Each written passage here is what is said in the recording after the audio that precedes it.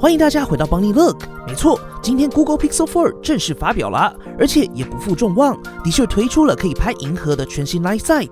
那我们就一起来看外观不保密、软体保密到家的 Google Pixel 4。当然，如果后续邦尼有机会取得 Google Pixel 4，也会进一步进行深度评测，带给大家最完整的实测内容。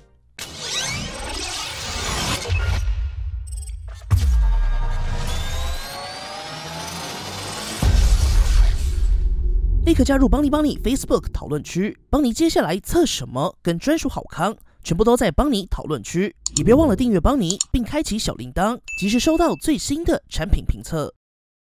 今年的美白 Google 发表会依旧是走一个更自然的清新居家风。我们一样从 Google Pixel 4的外观设计开始。什么？你说你看过了？没关系啦，邦尼再带大家看一些细节。首先是机身设计，都采用了更加活力的多色机身，全系列在荧幕上都没有刘海。这次我们就直接进入大家最关心的相机部分，一起来看看 Google Pixel 4在相机上有哪些升级吧。首先是硬体部分，在设计上果然不负众望，采用大黑正方形镜头模组，邦尼就不多说了。在镜头上搭载双镜头模组，包括 f1.7 1220万画素的主镜头，以及新增的 f2.4 1600万画素2倍长焦镜头，两者都有 OIS 光学防手震。只是这次在 Google Pixel 4上依旧没有加入超广角镜头，稍微可惜。不过以黑魔法著称的 Google Pixel 总是以软体取胜，首先是全新的 Night Sight， 不负众望，可以拍摄银河。但最重要的是，除了更强的夜拍外， Night Sight 现在更加强的色彩还原。如果大家有印象，邦尼先前推出 Google Pixel 3评测当中的这张图片，在那期节目当中，邦尼就有提到，在蓝色强光照射下，只有 Google Pixel 可以正常还原真实色彩。甚至在那期节目推出后，美白 Google 相机团队还跟邦尼团队进一步索取原始档案进行相关分析呢。果不其然，在今年发表会当中 ，Pixel 4的 Night Sight 就进一步强化在低光源下的色彩还原。当然 ，Night Sight 并不只是把黑夜变白天，更有许多玩法。除此之外，这次 Google Pixel 4在相机中加入了全新的 Live HDR。简单来说，就是以往的 Google Pixel 在启动 HDR Plus 后，需要等待拍摄完成才能看到结果，而这次 Pixel 4则是可以即见即所得，观景窗看到的就是最终结果。邦尼认为偏向常规升级，不过怎么可能只有这样呢？这次在观景窗上则是提供了邦尼认为非常实用的双曝光调节功能，你可以自由调整亮部以及暗部的曝光，不再需要修图。透过 Live HDR 加上双曝光调整，你可以在相机内就拍出你想要的相片明暗风格，加上 HDR 快速合成，再也不需要另外修图调整明暗对比。另外，新加入的长焦镜头搭配上全新的 Google 黑魔法 Super Red Zoom 变焦算法，邦尼不啰嗦，直接带大家看发表会上的结果。这是一倍镜头，这是长焦搭配 Super Red Zoom 的结果。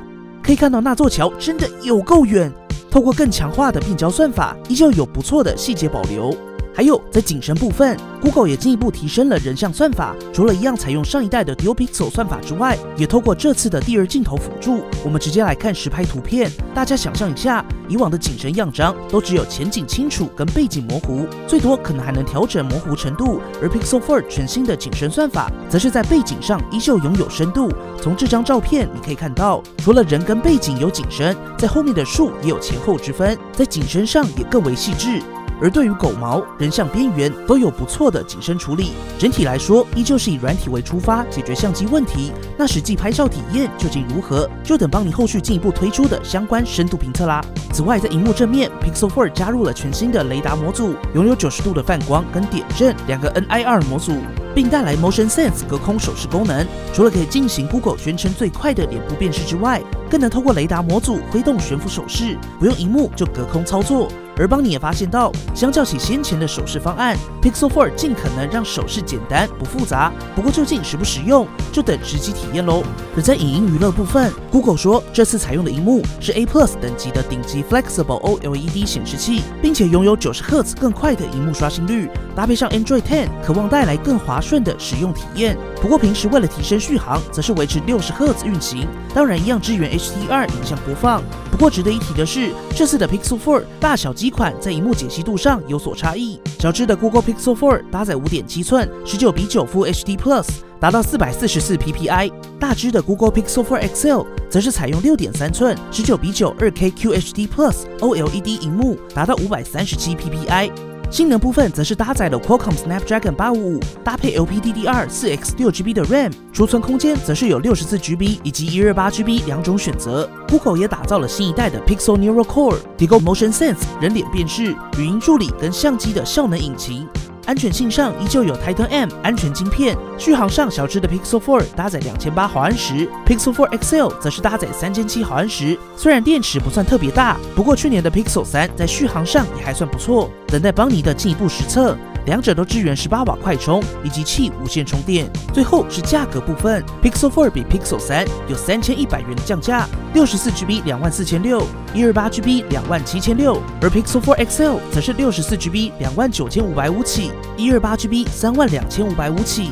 颜色则是由每次念起来都特别浅显易懂的纯粹黑、就是白、如此橘3个颜色。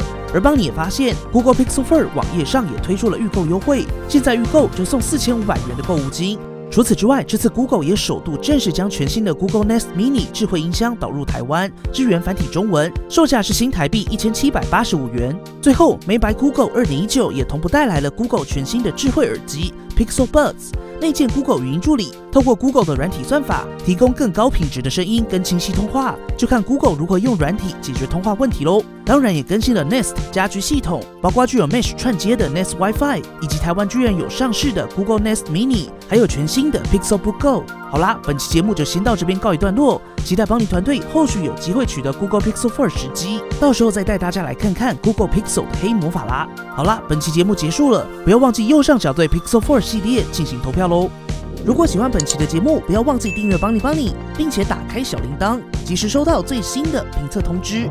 当然，你也可以在 Facebook 邦尼 AI 小助理、Instagram 以及 Line App 找到我们。如果还有其他问题，别忘了底下留言。那我们就下期影片再见啦，